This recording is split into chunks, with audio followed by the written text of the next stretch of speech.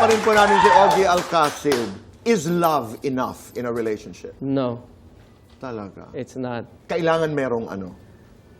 Isipin mo, Kuya Boy, dalawang tao, magkaiba, lalaki, babae, magkaiba ng ugali at lahat.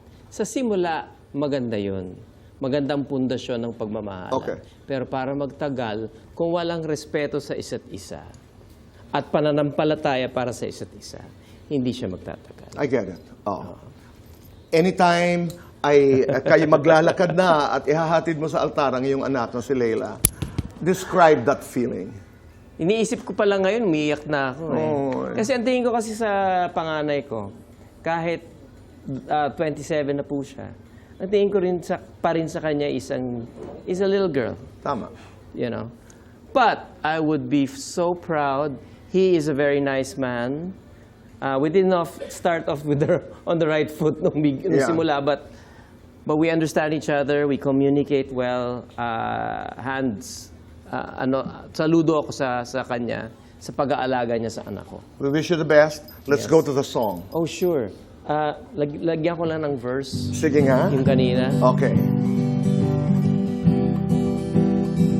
This is the anniversary gift of Ogie for Regine. Inakala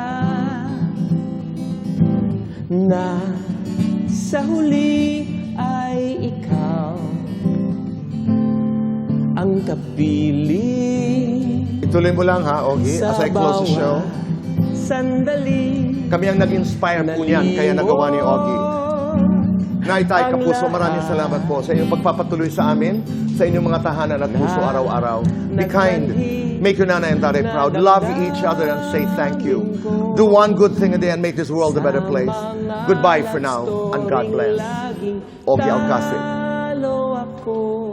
Araw-araw.